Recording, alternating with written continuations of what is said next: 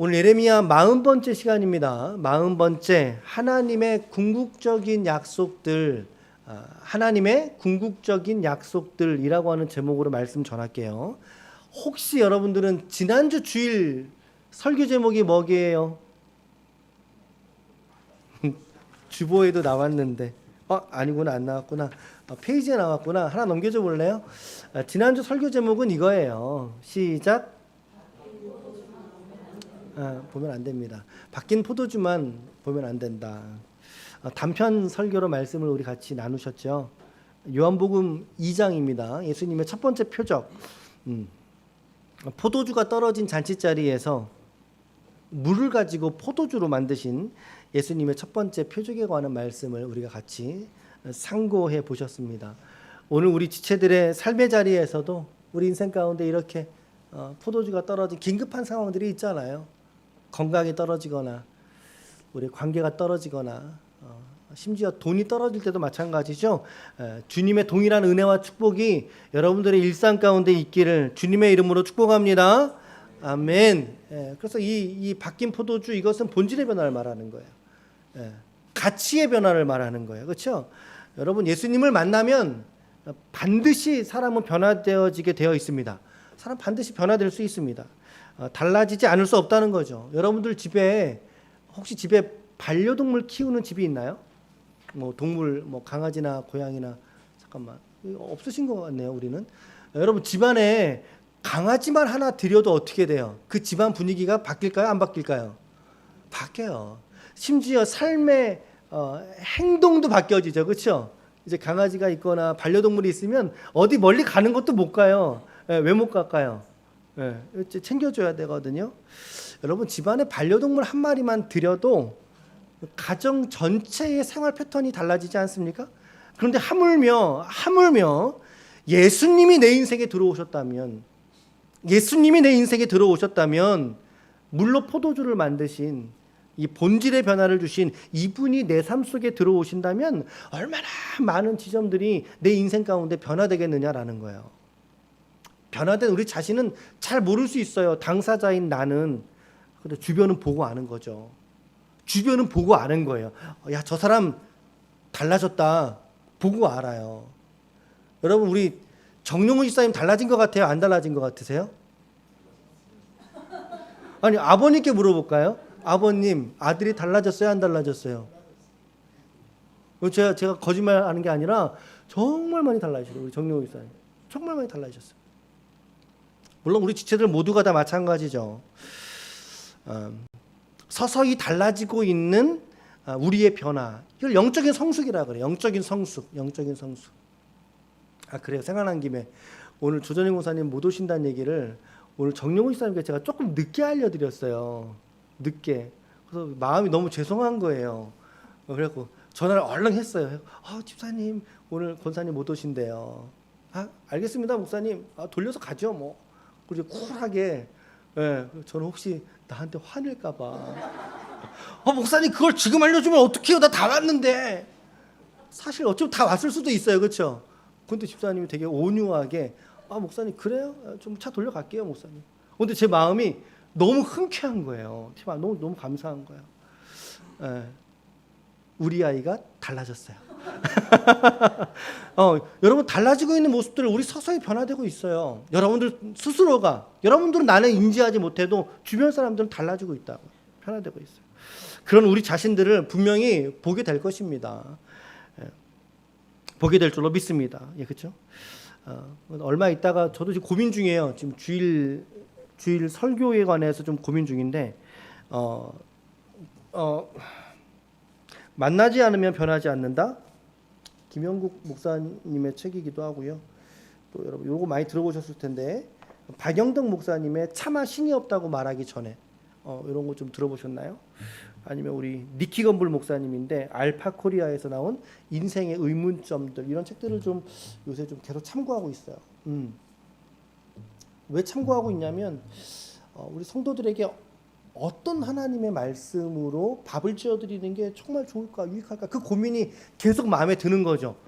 어떻게 또 말씀을 드려야, 설교를 같이 나누어야 우리 성도들의 삶이 이와 같은 궁극적 변화 속에 기쁨과 감사함으로 신앙을 우리 열심히 살아낼 수 있을까라고 하는 고민이 저에게 많이 갖고 있습니다. 네, 그래서 제가 좀 다루면서도 또 주일날 말씀을 좀 다양하게 좀 섬겨볼 마음이 있습니다. 기도해 주시길 바라요, 여러분. 같은 마음으로 함께 좀 기도해 주셨으면 좋겠습니다. 자, 이런 말씀도 좀 드려보고요. 자, 오늘은 지난 주간, 여러분 지난 주간에 우리 여기 지금 구성원 중에 매일 성경을 쭉 하시는 분들이 아마 절반 정도 되시고, 아마 또 절반 정도는 아마 못 하시는 분들도 계시고, 아마 개인적인 묵상 하실 분들 계실 텐데, 우리 지난주 매일 성경 우리 말씀 좀 같이 좀 잠깐 좀 정리해 보고 가도록 할게요. 우리가 예레미야 묵상을 지난 7월 달부터 지금 계속 하고 있어요. 새벽마다 하고 있고 또 주일날 격주로도 지금 하고 있고요. 우리가 올해는 52장까지 있는 본문 중에 25장까지를 이번 주가 마지막입니다. 끝이고 다음 주는 이제 시편 단편 설교로 이제 단편 묵상으로 여러분들 하시게 될 거예요. 이번 주가 이제 25장까지 마치게 되는데, 지난 주간을 잠깐 요약해 보면 19장, 우리 19장부터 또 말씀 묵상했었죠. 19장에서는 하나님의 예레미야에게 토기를 사라고 하셨어요. 토기를 사서 그 토기를 사람들이 보는 성문 문 앞에 서서 그걸 어떻게 해라? 깨뜨리라고 말씀하셨단 말이죠. 토기를 만들어 놓은, 구워 놓은 토기를 깨뜨렸어요. 여러분, 구워 놓은 토기를 깨뜨리면 깨뜨린 토기가 다시 원래의 모습으로 복구가 돼요, 안 돼요? 안 되죠. 안 돼. 뭐 붙여 놓을 수는 있죠. 그런데 원형 모습으로 복구를 안 되는 거예요. 진흙이 이겨지면 다시 빚을 수는 있어도 토기는, 완성된 토기는 다시 빚어지지 않거든요. 그런 말씀을 하신 거죠. 야, 이스라엘아, 너희들 이처럼 깨질 거야. 봐, 와장창 이처럼 너희들 깨질 거야. 이걸 뭐라 그러죠? 상징행동. 상징행동. 그래서 19장에 이제 그런 메시지가 들어 있고요. 그런 선언을 하나님 예레미야에게 시키셨고요. 그리고 20장에는 예레미야가 호되게 맞습니다. 그것도 누구에게 맞냐면 제사장에게 맞아요. 성전을 맡은 총감독에게 맞는데 그 인물이 누굴까요? 밧술이라고 하는 인물이죠. 예레미야를 호되게 때리고 성전에다 가둬둡니다. 참 너무 아이러니하지 않습니까? 성전, 하나님 말씀을 전하는 사람이 하나님 말씀이 참되게 전해져야 될 성전에 감금당하게 된다는 거 참 원통한 일이죠. 당시의 영적인 상태를 고발하는 거예요. 이 삐뚤어진. 그러니까 이 상황을 경험한 예레미야는 어떻겠어요? 충격인 거죠. 그렇죠? 이루 말할 수 없는 충격인 거죠. 그동안에 계속 예레미야가 자기 민족과 나라를 위해서 기도했던 예레미야인데, 여기에서 나오는 예레미야의 탄식의 기도는 그렇지 않았어요. 시편에 나오는 저주 시편과 같이 하나님 저 원수들을 심판하십시오. 이제 저는 이제 할 건 다 한 것 같습니다. 하나님. 예레미야가 탄식하면서 하나님께 그런 기도도 올리죠. 자, 그리고 21장하고 22장까지가 어제 본문이었는데요. 우리 21장의 내용에서는 느부갓네살이 이제 시드기야 때에 남유다의 마지막 4명의 임금의 왕의 이름을 여러분 혹시 알고 계시나요? 요거 좀 기억하기 쉽게, 자, 저 끝자들만 기억하시면 돼요. 여호와하스의 하스, 여호야김의 김, 여호야긴의 긴, 그리고 시드기야의 기야. 그래서 뭐라 그랬어요? 하스, 김긴, 기야. 이렇게 좀 암기하시면 여러분 좀 쉽습니다. 자, 이 중에 마지막 왕이죠. 그러니까 시드기야 때의 이야기가 이제 등장하게 되고, 하나님은 여전히 그 시드기야의 이 나라와 민족을 심판하실 것을 말씀하셨고요. 그리고 이제 22장, 이제 마지막 장은 22장은 유다 왕조에 대한 멸망, 특별히 이 4명의 임금, 이들 모두가 요시야의 아들들이죠. 아들 손주예요. 아들 여호야김만 손주고, 하스, 김, 기야, 저 세 인물은 아들들이에요. 예. 요시야의 마지막 4명의 왕들에 대한 고발에 대한 장면이에요. 이 4 왕들에 대한 이야기. 이들 각자에 대한 성경의 판단은 뭡니까? 성경을 어떻게 판단하는 거죠? 이들이 불의하다라는 이야기입니다. 이들이 불의하다. 이들 왕들의 공통점은 뭘까요? 이 4명의 왕들의 공통점은 바로 하나님을 신뢰하지 않았다는 것입니다. 하나님을 의지하지 않았다라고 하는 사실이죠. 하나님을 의지하지 않고 누구를 의지했나요? 나라와 민족, 열강과 세계를 의지했어요. 그죠? 특별히 바벨론과 애굽 사이에 끼어 있거든요. 이 팔레스틴 지역이. 그래서 여호와하스만 친바벨론이었고 나머지 뒤에 나오는 세 명의 임금은 전부 다 친애굽적인 성향이었단 말이죠. 애굽과 바벨론을 의지한. 그래서 하나님이 바벨론을 들어서 마지막에 이 왕들을 심판하신 거죠. 그래서 586년에 3차 포로로 끌려가게 되면서 이스라엘이 역사적 종말을 맞이하게 돼버리는 것입니다. 하나님을 의지하지 않았다.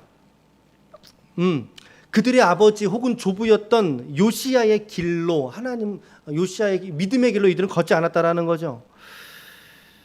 그래서 이들 왕들에 대한 궁극적인 평가가 뭐냐면 한 구절만 읽어보면요. 예레미야 22장 16절 말씀에 시작. 그는 가난한 자와 궁핍한 자를 변호하고 형통하였나니 누가? 요시야가 이것이 나를 알미 아니냐? 여기서 쓰여진 단어가 또 야다란 단어예요. 하나님을 안다라고 말할 때 그 하나님을 아는 것은 삶에서 어떠한 증거가 있어야 되느냐? 바로 여기죠. 가난한 자와 궁핍한 자를 신원해주고 돌보아주는 삶에서의 실천. 그것을 하나님은 너 나를 아는구나 라고 하셨다는 거예요. 요시야가. 그때 형통하였더니 이것이 나를 알미 아니냐? 여호와의 말씀이니라. 자, 그런데 너는 그러나 시작. 그러나 네 두 눈과 마음은 탐욕과 무죄한 피를 흘림과 압박과 포악을 행하려 할 뿐이니라. 이들의 운명이 어떻게 갈려집니까? 22장 마지막 절의 말씀입니다. 마지막 절의 말씀. 자, 같이 읽을게요. 시작. 여호와께서 이와 같이 말씀하시니라. 너희는 이 사람이 자식이 없겠고 그의 평생 동안 형통하지 못할지라. 기록하라. 이는 그의 자손 중 형통하여 다윗의 왕위에 앉아 유다를 다스릴 사람이 다시는 없을 것임이니라. 바벨론 문헌에 의하면요, 이 여호야긴에게 7명의 아들이 있다고 그랬어요. 7명의 아들 모두가 다 바벨론 다 끌려갔습니다. 다 끌려갔는데 끌려간 7명의 아들이 전부 다 환관이 되었다라고 기록이 있다고 그래요. 환관은 뭘까요? 언젠가 말씀드렸죠. 환관, 다니엘서 할 때 내시를 말합니다. 내시를 말해요. 그러니까 남성의 생식기관을 다 잘라버렸어요. 그러니까 후손을 볼 수 있나요? 없나요? 볼 수 없죠. 그러니까 오늘 말씀이 그대로 성취된 거죠. 응하게 됐다 이 말이죠. 자식이 없겠고 라고 하는 말씀이 성취된 것으로 볼 수 있다는 것입니다. 아들이 있음에도 불구하고 하나님의 주권은 이렇게 철저하게 이 나라와 민족 가운데 성취되고 있는 모습을 보게 되는 거죠. 자, 여기까지. 자, 요 상황들이 이제 22장, 19장부터 22장의 상황이고 배경이고, 자, 22장에서 우리는 철저하게 실망하게 됩니다. 사람 왕들에 대해서, 인간 왕들에 대해서 철저하게 실망하게 되고, 이제 23장으로 들어왔어요. 23장을 읽었어요. 여러분들이 1절부터 8절까지가 오늘 본문인데, 인상받은 지점 없으신가요? 혹시 여러분들은 말씀 읽어가시면서 인상받은 지점 없으세요? 저는 이 지점이었어요. 한 의로운 가치가 날 것이구나 라는 것에 대한 라고 하는 그거. 두 번째는 소망에 관한 약속들로 오늘 말씀은 점철되어 있다 라고 하는 걸 보게 된다는 거죠. 어떻게 보면 상당히 논리적인 귀결이기도 합니다. 한 의로운 가치에 관한 이야기. 왜냐하면 앞서서 22장, 23장이니까 22장 앞전에서는 다윗 왕조의 무능. 그렇죠? 다윗 왕조가 사실상 정치적으로도 그들은 심판받았고요. 그리고 시드기야의 모든 아들, 여호야긴의 모든 아들들이 전부 다 내시가 돼버렸어요. 내시가 되면서 사실 더 이상 왕위에 오를 수 있는 사람이 없어져 버린 이 심판. 끝난 거죠. 소망이 없는 거죠. 그들에게서는. 다윗 언약. 여러분 북이스라엘에서 에서처럼 수많은 왕조들이 일어났다가 없어진 게 아니에요. 남유다는 철저하게 다윗의 후손들이 한 민족의 왕조를 계속 이루면서 나와왔다고요. 그런데 지금 그 다윗 왕조가 어떻게 된 겁니까? 이 상황이 끝나버린 거예요. 다윗 왕조가 끝났습니다. 다윗이 이스라엘 국가 속에서 갖는 위상과 상징성 다 아시죠? 영원히 끝날 것만 같지 않아 보였던, 심지어 하나님이 다윗과 언약을 맺으셨단 말이에요. 그 다윗 언약에 기초를 해서 세워진 게 다윗의 왕조인데 그 왕조가 지금 무너져 버렸어요. 사무엘하 7장 16절 말씀, 하나님이 다윗에게 지금 하신 말씀이거든요. 시작. 네 집과 네 나라가 내 앞에서 영원히 보존되고 네 왕위가 영원히 견고하리라 하셨다 하라. 지금 이 나라 깨졌어요. 근데 이 나라가, 자, 다윗이 왕위에 오를 때에 지금 사무엘의 고백이니까, 지금 대언이니까, 자, 다윗이 왕위에 오를 때 보통 몇 년으로 우리가 볼 수 있을까요? BC 1000년으로 봅니다. 1000년 그쯤으로 봅시다. 자, 그러면은 남유다가 멸망하기 몇 년이라고요? 586년. 몇 년 차이가 나요? 몇 년 차이가 나요? 여러분, 그 400년밖에 차이 안 나는 거예요. 조선 왕조 500년. 그렇죠? 근데 다윗 왕조 400년밖에 되지 않는 거 아닙니까? 고작 여러분 400년을 지속하기 위해서 하나님이 다윗에게 이 약속을 하셨습니까? 하나님이 어떤 분이신데 하나님이 어떻게 이럴 수 있느냐는 거죠. 다윗의 언약이 깨진 것처럼 보이는 이 상황들, 이거 어떻게 해석을 할까요? 표면상으로 본다면 그렇죠. 보존들이라 했는데 말씀에 보존들이라는데 보존 안 돼. 다 끌려가 버렸어요. 다 깨져 버렸어요. 그러나 오늘 본문은 우리가 지금 읽은 23장 이 본문은 이 다윗의 언약이 결코 폐쇄되거나 파기된 것이 아니라 또 다른 누구에게 와서 이 언약이 이어지고 있다는 사실을 우리에게 알려준다는 사실이에요. 그 지점에서 오늘 본문은 상당히 중요한 본문입니다. 오늘 본문 23장. 그래서 어제도 설교를 단편으로 다른 말씀을 할까를 고민을 누차 하다가 아니다. 이 말씀 다시 붙들어야 되겠다. 너무 중요한 말씀이에요. 예레미야 23장 1절부터 8절 말씀. 역사 속에서 사라진 이스라엘이 아니라 하나님의 이 언약의 성취는 역사 이스라엘로서 이루어진 것이 아니라, 비록 그 나라는 사라진 것처럼 보여도 그들을 이처럼 끝까지 붙들고 계시는 하나님의 보이지 않는 섭리, 역사적 섭리가 있다는 것을 우리에게 말씀하고 있다는 거죠. 이것을 가르쳐주고 계시다는 거죠. 중요한 이야기입니다. 자, 1절부터 8절 사이에 있는 이 본문은요, 크게 네 단락으로 나눠집니다. 네 단락으로 나눠지는데, 자, 1절과 2절, 여러분들 매일 성경 있는 분은 보셔도 괜찮고요. 성경이 있는 분들은 성경을 보셔도 됩니다. 1절과 2절은 그들의 목자들의 부패함을 지적함으로 인해서 유다 멸망의 정당성, 명분을 말씀하고 계시는 거예요. 목자들이 부패함으로 인해서 유다가 멸망하게 됐다라고 하는 이야기시고, 그리고 이제 3절, 4절이 하나의 약속, 5절, 6절이 하나의 약속, 그리고 7절, 8절이 또 하나의 약속, 이렇게 소단락으로 구분되어집니다. 자, 먼저 1절과 2절을 좀 읽어봅시다. 그러면 시작. 여호와의 말씀이니라 내 목장의 양떼를 멸하며 흩어지게 하는 목자에게 화 있으리라. 그러므로 이스라엘의 하나님 여호와께서 내 백성을 기르는 목자에게 이와 같이 말씀하시니라. 너희가 내 양떼를 흩으며 그것을 몰아내고 돌보지 아니하였도다. 보라, 내가 너희의 악행 때문에 너희에게 보응하리라. 여호와의, 여기서 말하고 있는 목자는 누구를 말할까요? 목자는 누구를 말할까요? 물론 문맥상으로 본다면 앞에서 22장에서 얘기했던 누구를 받을까요? 4명의 임금. 4명의 임금. 그들을 영적인 목자들인 거죠. 한 나라의 국가의 아버지 아닙니까? 아버지. 한 나라의 국가의 왕. 이들의 부패를 말하고 있는 유다 왕조의 마지막 특별히 4명의 왕들. 자, 유다 왕조 마지막 4명의 왕의 이름 시작.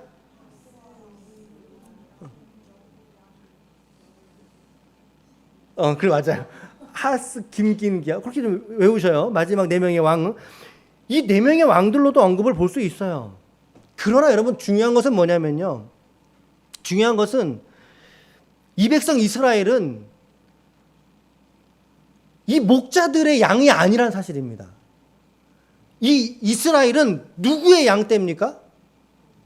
그렇죠. 누구의 백성입니까? 하나님의 백성이에요. 하나님의 백성이요. 하나님의 양떼라는 사실이에요.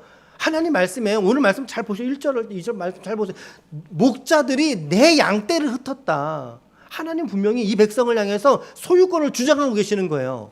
이 백성은 내 백성이고 이 양은 내 양인데 너희들이 너희 맡은 너희 왕들이, 너희 목자들이 내 양떼를 돌보지 않았다. 직무유기를 했다라는 이야기입니다. 직무유기를, 목자로서의 직무를 이행하지 않고 내 양들에게 악행을 일삼았다는 얘기죠.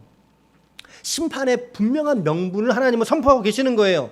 왕들, 그 다음에 강요들, 정치인들, 제사장, 선지자들 할 거 없이 선지자들 다 거짓 예언자들이지 않습니까? 평안하다, 평안하다. 우리나라 망하지 않을 거야. 평안할 거야. 이 지도자들, 결국에 이 지도자들의 부패함이 민족의 멸망이라고 하는 사단을 불러오게 된 것입니다. 우리가 이 지점에서 좀 생각해 볼 지점들이 있죠. 여러분, 목자 그리고 이 지도자들의 역할은 더욱이 그래서 중요한 것 같아요. 목자와 지도자들의 역할, 영적인 지도자들의 역할 너무 중요하죠. 이 목사로서의 책임도 중요하고, 그러니까 저는 이 말씀을 이렇게 보면서 이 지도자들의 책임을 어디에까지 낮출 수 있을까 고민을 하다가 저는 요 근래 계속 우리 가정, 자녀들 머릿속에 계속 있거든요. 예, 영적인 부모로서의 우리들의 역할과 우리들의 부르심이 우리 자녀들에게 이처럼 중요하다라고 하는 데까지 저는 소급해서 내려가게 됩니다. 오늘 여러분들의 믿음 신앙이 가장으로서의 여러분들의 가정을 이끌고 있다는 걸 여러분 믿으십니까? 하나님이 여러분들에게 여러분들의 자녀들을 당신의 백성이지만 여러분들이 이 땅을 살아가는 동안 부모와 자식 관계로서 여러분들에게 맡겨 놓으신 하나님의 양들이신 것을 여러분 깨달으십니까? 그렇다면 하나님은 이 책임을 우리에게 물을 수 있다는 그 논리지 않습니까? 저는 그거를 묵상하게 되는 거예요. 이 목자들, 그러니까 목사나 정치인들 멀리 나갈 거 없고요. 멀리 이 대통령 나갈 거 없고 아주 작은 축소된 규모 안에서 오늘 목자는 누구인가? 바로 아비 되고 어미 된 나구나 라고 하는 사실. 여러분들 자녀들이 이렇게 흩어져 버리면 어떻게 하실 겁니까? 저는 계속 그 묵상과 그 부담이 있어요. 그 부담이 돼요. 우리 자녀들에 대한 믿음과 신앙에 대한 이 각 지점들을 보면서 참 우리 믿는 부모들의 역할이 너무나 중요하다. 우리 기도의 역할이 중요하고 믿음을 따라가는 삶이 무엇인지를 드러내는 것이 참 중요하구나라는 거예요. 자녀들은 우리 부모들을 본대로, 부모들이 보여준 대로 배우게 됩니다. 예, 동의하십니까? 예, 우리 자녀들은 부모들이 사실 보여준 대로 배우게 돼요. 예, 이제 또 다음 주에는 이제 제가 좀 휴가를 좀 쓰려고 합니다. 다음 주 이제 주일날 광고할 텐데, 그래서 이제 차를 운전을 그나한테 하고 좀 맡겼어요. 요 근래 보험을 조금 바꿔서 맡겼어요. 운전을 하면서 좀 옆에서 좀 보고 있는데 기아를 이렇게 드르륵 바꾸는 거예요. 그래서 제가 그나한테 야 그나야 너 기아를 그렇게 바꾸면은 그 기아 박스 고장 날지도 몰라. 그러면 안 돼. 그랬더니 할 말이 뭔지 아세요? 응? 나 아빠한테 배웠는데? 제가 어느덧 나도 모르게 그렇게 했었나 봐요. 그리고 이제 아이가 그걸 보고 배운 거죠. 그래서 나 아빠한테 배운 건데 그러더라고요. 본대로 배우더라는 거죠. 너무 명확하지 않습니까? 본대로 배우더라는 거죠. 여러분 가정 안에서의 부모도 마찬가지고, 그리고 교회라고 하는 공동체 속에서도 우리 영적인 선배들의, 우리 영적인 우리 어른들의 그 태도가, 그 영적인 분위기가요, 여러분 우리의 후배들에게 흘러내려와요. 그 영적인 분위기가 흘러내려와서 우리의 영적인 자녀들에게 그게 흘러 들어가더라는 거예요. 자녀들은 본대로 배웁니다. 그렇죠?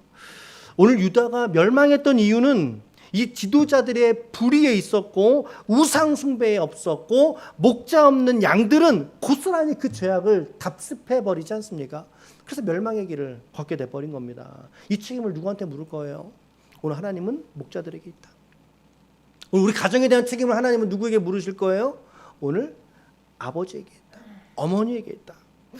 오늘 바라기는 오늘 여러분들을 통해서 여러분들의 가정이, 또 여러분들의 가정의 자녀들의 믿음과 신앙이 건강하게 회복되고 성장하고 성숙하게 자라갈 수 있기를 축복합니다. 아멘. 아멘. 2절을 묵상하면서 하나님은 이렇듯 심판에 대한 명분을 말함과 동시에 이제 또한 그들에게 소망이 있다는 걸 말씀하고, 소망이 있음을, 소망과 약속을 그들에게 하고 계신다는 거, 약속을 하고 계셔요. 뭐 언약 체결까지는 아니지만 그러나 하나님 어떻게 하시겠다라고 하는 걸 던져주고 계시잖아요. 이게 세 가지예요. 오늘 하나님의 궁극적인 목적, 약속들 세 가지. 첫 번째는 3, 4절이라고요. 3, 4절. 자기 백성으로 다시 돌아오게 하시겠다라고 말씀하셨잖아요. 3절, 4절 시작. 내가 내 양떼에 남은 것을 그 몰려갔던 모든 지방에서 모아 다시 그 우리로 돌아오게 하리니 그들이 생육이 번성할 것이며 내가 그들을 기르는 목자들을 그들 위에 세우리니 잃어버리지 아니하리라. 여호와의 말씀이니라. 와, 그동안 우리가 계속 봐왔던 심판 일로의 하나님의 말씀이 지금 한순간 꺾였습니다. 지금 그 방향이 180도 확 전향한 모습을 볼 수 있죠. 바뀌었죠. 뭐라고 말씀하세요? 다시 돌아오게 할 거야. 돌아오게 하리니 그들이 생육하고 번성할 것이고 목자들을 내가 새롭게 세워줄게. 그리고 다시는 그 백성을 내가 잃어버리지 않을 거야. 이게 하나님의 중심이에요, 여러분. 이게 하나님의 마음의 본 바탕의 마음이시라고요. 예레미야 29장 10절 말씀에 보면요, 여러분 이 바벨론으로 포로로 끌려가잖아요. 포로로 끌려간 이 이스라엘이 몇 년 만에 본국으로 돌아오게 되게요. 몇 년 만에 돌아오는지 아세요? 70년 만이에요. 성경은 이렇게 말한다고요. 여호와께서 이와 같이 말씀하시니라. 바벨론에서 70년이 차면이에요. 찬다는 말은 무슨 뜻이 있을까요? 의지가 있다는 거죠. 채우겠다는 거죠. 누구의 의지죠? 하나님의 의지입니다. 그 기간이 차면 내가 너희를 돌보고 나의 선한 말을 너희에게 성취하여 너희를 이곳으로 돌아오게 하리라. 이곳은 어디를 말할까요? 그렇죠. 이스라엘, 예루살렘으로 돌아오게 할 거야. 회복되게 할 거야. 29장 14절 말씀 같이 읽어볼게요. 시작.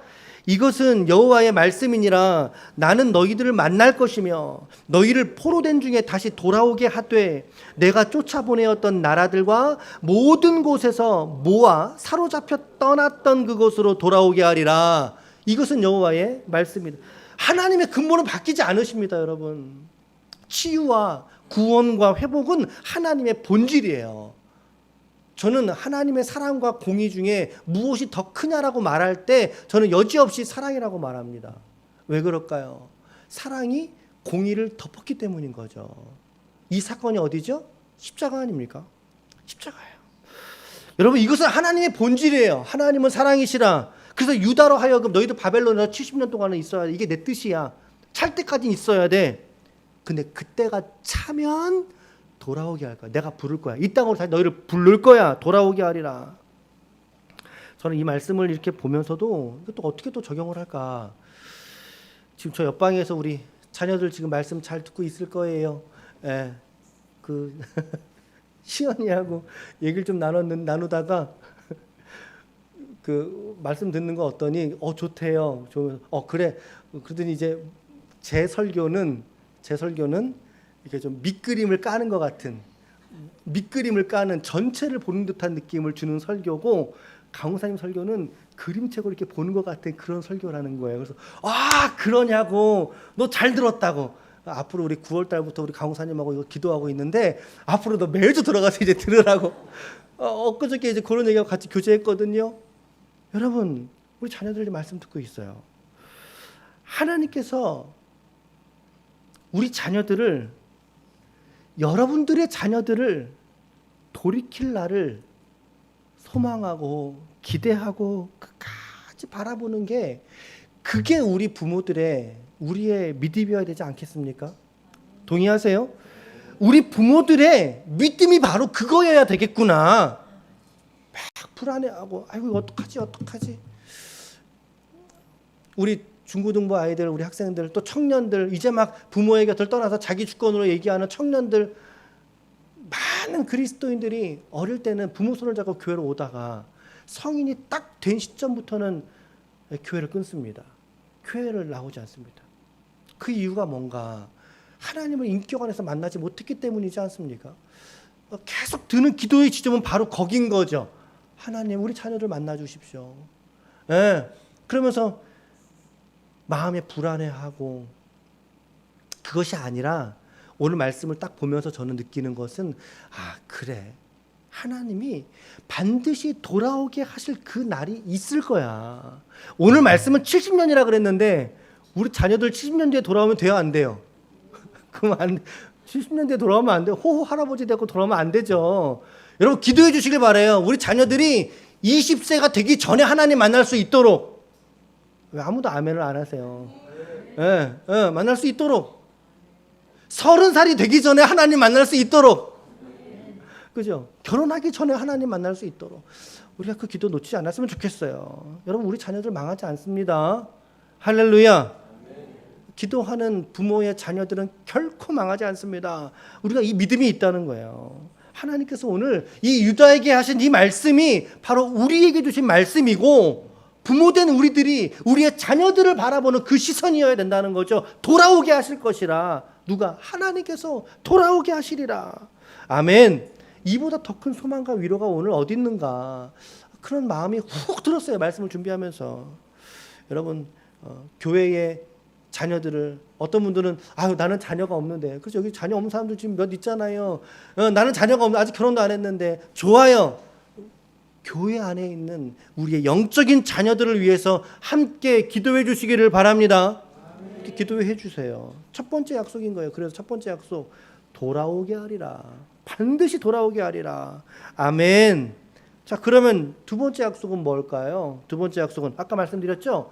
1, 2절은 명분이고 3, 4절은 첫 번째 약속, 그 다음에 5, 6절은 두 번째 약속이라고. 자, 두 번째 약속은 이거예요. 이거 읽어볼까요? 시작.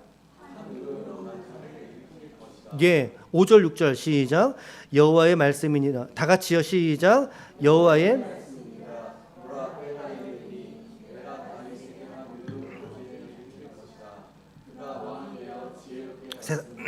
세상에서 정의와 공의를 행할 것이며 그의 날에 유다는 구원을 받겠고 평안히 살 것이며 그의 이름은 여호와 우리 공이라 일컬음을 받으리라. 어떤 약속이에요? 한 의로운 가지를 일으키시겠다라고 하는 약속을 주고 계셔요. 우리에게.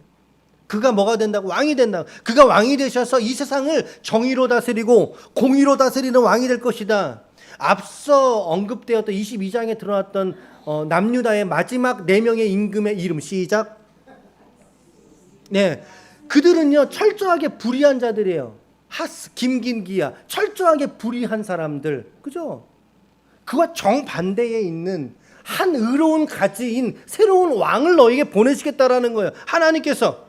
인간 왕들은 불법과 불의였고 우상과 교만이었다면 이 새로운 의로운 가지는 그들과 전혀 다른 속성의 분이시라는 거죠. 이게 뭘 말할까요, 여러분? 이게 뭘 말할까요? 이 의로운 새로운 한 가지는 누구를 말할까요? 메시아를 말하고 있는 거예요. 예수님을 말하고 있는 거예요. 예수님을. 그분이 오셔서 어떻게 한다고? 유다를 구원하신다. 그의 날이 되면, 예수가 이 땅 가운데 오시는 날이 되면 유다를 구원하실 것이요 이스라엘을 구원하실 것이라. 이건 민족 나라를 말하는 게 아닙니다. 영적인 이스라엘을 말하는 것이고, 이 영적인 이스라엘은 오늘 확장이 되어서 저와 여러분들을 말하는 거예요. 우리를 말하는 거예요, 여러분.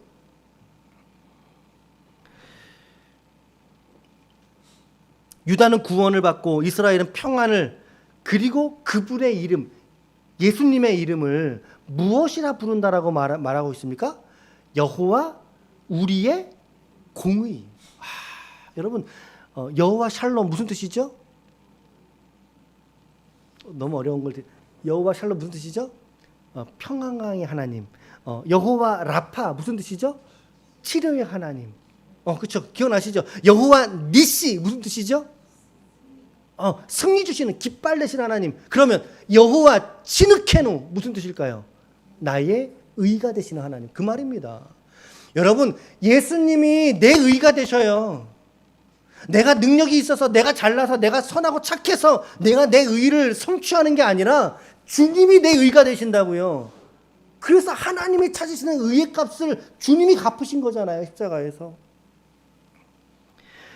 예수님이 우리의 의가 되신다고 성경은 분명히 말하고 있어요. 여호와 우리의 공의, 예수 그리스도의 이름이 오늘 우리에게 공의 의로움이 되신다.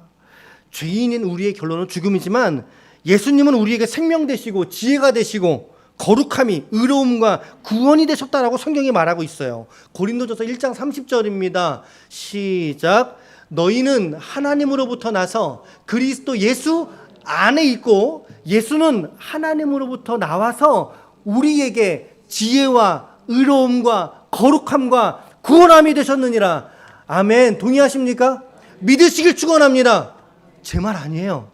제 말 아니에요. 성경을 저는 소개해드리고 있어요. 하나님은 이 심판 역사를 통해서 종국에는 누구를 보낼 계획을 갖고 계셨습니까?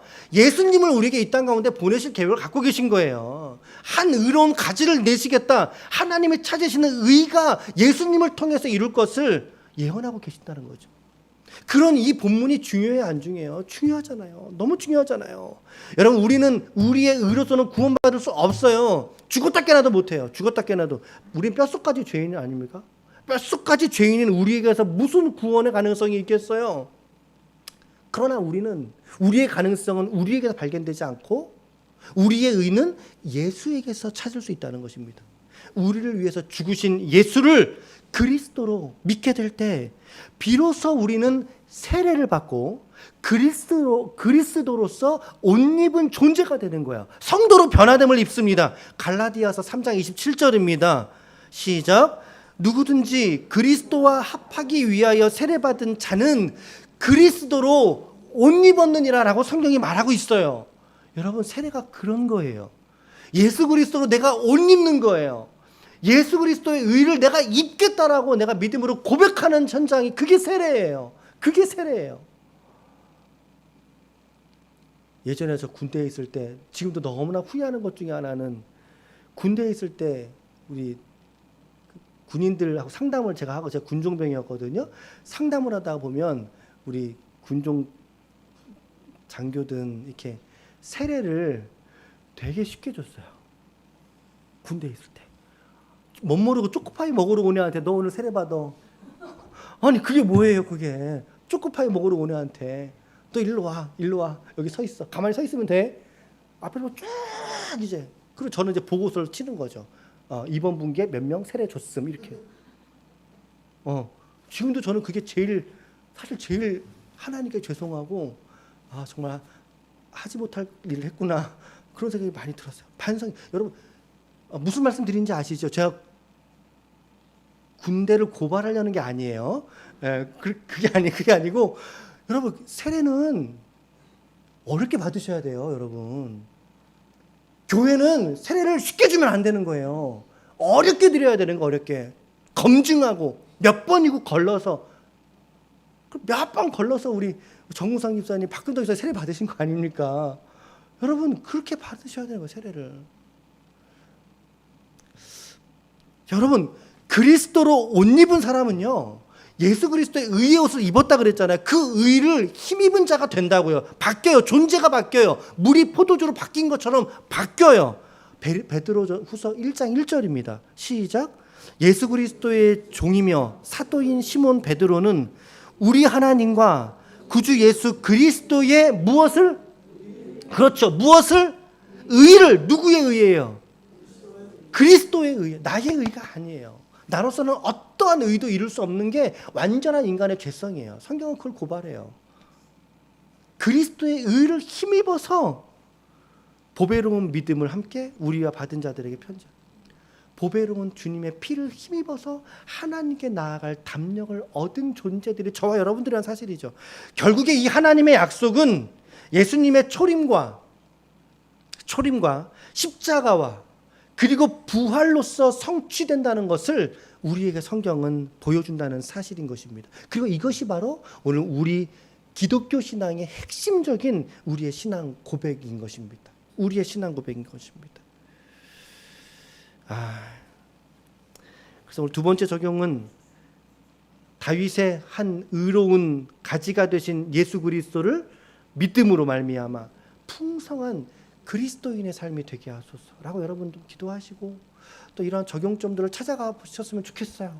예수를 믿는데 여전히 변하지 않는 나의 모습 때문에 낙심하거나 절망하지 말고 예수를 온전히 믿는 자의 삶 속에 있는 풍성한 은혜를 누리셨으면 좋겠습니다. 이 문을 하나님이 먼저 여신 거죠. 하나님이 이 문을 여신 거죠. 두 번째 약속, 의로운 한 가지를 너희에게 주리라.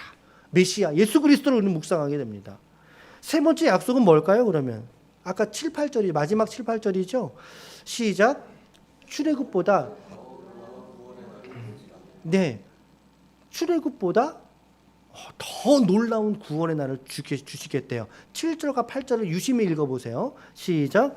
그러므로 여호와의 말씀이니라. 보라, 날이 이르리니 그들이 다시는 이스라엘 자손을 애굽 땅에서 인도하여 내신 여호와의 사심으로 맹세하지 아니하고 이스라엘 집 자손을 북쪽 땅 그 모든 쫓겨났던 나라에서 인도하여 내신 여호와의 사심으로 맹세할 것이며 그들이 자기 땅에 살리라 하시니라. 여러분, 이 말은 이제 이스라엘 백성은요 출애굽의 백성이 아니라는 사실이에요. 출애굽이 아니라 출 바벨론의 사람들인 거예요. 이스라엘 사람들, 포로에서 돌아온 그들은요, 죽다 살아난 그들은, 물론 당사자들은 아닙니다. 그들의 후손들이죠. 70년의 시간이 지났기 때문에. 그죠? 여러분, 그들은요, 이제 더 이상 출애굽의 사람들이 아니에요. 애굽을 기억하는 것이 아니라 그들은 무엇을 기억해요? 바벨론을 기억해요. 출 바벨론의 백성이라는 사실이죠. 바벨론은 역사 속에서는 구바벨론, 그리고 이제 신바벨론, 우리 다니엘서에 등장하는 바벨론은 신바벨론입니다. 이렇게 나눠지고요. 영적으로 이해해 본다면 이 바벨론이 뭐냐? 이것은 바로 마귀, 사단의 지배 아래에 있는 세상 나라를 상징해요. 우리가 요한계시록 묵상할 때 여러분 같이 묵상하셨죠? 예, 그렇죠. 세상을 상징한다고요. 그런데 오늘 저와 여러분들은 누구죠? 예, 영적으로 타락한 이 세상 바벨론에서 하나님께서 선택하셔서 구별하여 부르신 자, 부르심을 받은 자. 교회가 정의가 뭡니까? 에클레시아가 정의가 뭐예요? 부르심을 받은 자들의 모임이라는 뜻입니다. 부르심을 받은 자. 세상으로부터 부르심을, 영적인 바벨론으로부터 예수 그리스도의 몸된 공동체로 부르심을 받은 자들의 모임이 교회인 줄로 믿습니다. 그래서 교회가 소중한 거예요. 그래서 공동체가 소중한 거예요, 여러분. 오늘 여러분들에게 주신 공동체를 사랑하고 아름답게 여기시기를 축복합니다. 그래서 오늘 우리는 이 약속을 통해서 오늘 우리를 교회로 부르시고 또한 교회로서 세우시고 우리 각자가 하나님의 교회가 되는, 그래서 놀라운 이 영적인 비밀을, 복음을 맡긴 자로서 오늘 저와 여러분들을 이 땅 가운데서 구별하여, 바벨론에서 구별하여 출 바벨론하게 하셔서 오늘 저와 여러분들을 구별하신 줄로 믿습니다. 그래서 출애굽보다 더 놀라운 날이 바로 출 바벨론의 날인 거예요. 그것은 바로 내가 세상으로부터 구별되어서 하나님의 자녀가 된 구원의 날이라는 사실이죠. 이 한 의로운 가지 메시아를 통해서 우리는 비로소 구별된 하나님의 자녀가 될 수 있었던 것입니다. 오늘도 이 주신 구원 얼마나 감사합니까? 이 구원 앞에 감사로 올릴 수 있는 저와 여러분들 되시길 바랍니다. 출 바벨론으로 우리를 교회로 이끄시고 부르셔서 당신의 자녀 삼으신 하나님의 은혜를 찬양하는 인생들이 되시기를 축복합니다. 아멘. 정리합니다. 첫 번째, 두 번째, 세 번째. 오늘 하나님의 세 가지, 궁극적인 약속 세 가지. 첫 번째, 시작. 네, 이 믿음을 누구한테 어떻게 적용할까요? 여러분 각자 묵상해 보셔요. 저는 제 가정이에요. 제 자녀였어요. 우리 교회 맡기신 우리의 자식들이었어요. 우리의 자녀들. 믿음 없어 보이는 우리의 자녀들. 그러나 어느덧 지나온 삶의 이유를 지나가 볼 때 하나님이 우리의 자녀들을 돌이키실 줄로 믿습니다. 더욱 하나님을 의지합시다. 아멘. 두 번째는요. 시작. 메시아라는 말씀을 드렸습니다. 메시아의 도래할 메시아의 약속이시죠. 예수님을 통해서 이루실 하나님의 구원을 우리에게 약속하신 거예요. 세 번째는 그 가지를 통해서 출 바벨론하게 하시리라. 우리에게 구원의 날을 베푸신 거죠. 자, 그러므로 우리 모두가 하나님의 자녀됨으로 말미암아 이 하나님이 주시는 풍성한 이 삶의 은혜와 만족과 축복을, 이걸 누리는 것이 하나님의 나라잖아요. 오늘이 바로 여러분들에게 하나님의 나라예요. 지금 이 시간이 하나님의 나라고 여러분들의 한 주간의 일상이 하나님의 나라예요. 우리 믿음은 결코 죽어서 천국 가는 거에 끝나는 것이 아닙니다. 오늘 지금을 하나님의 나라로 살게 하는 능력인 거죠.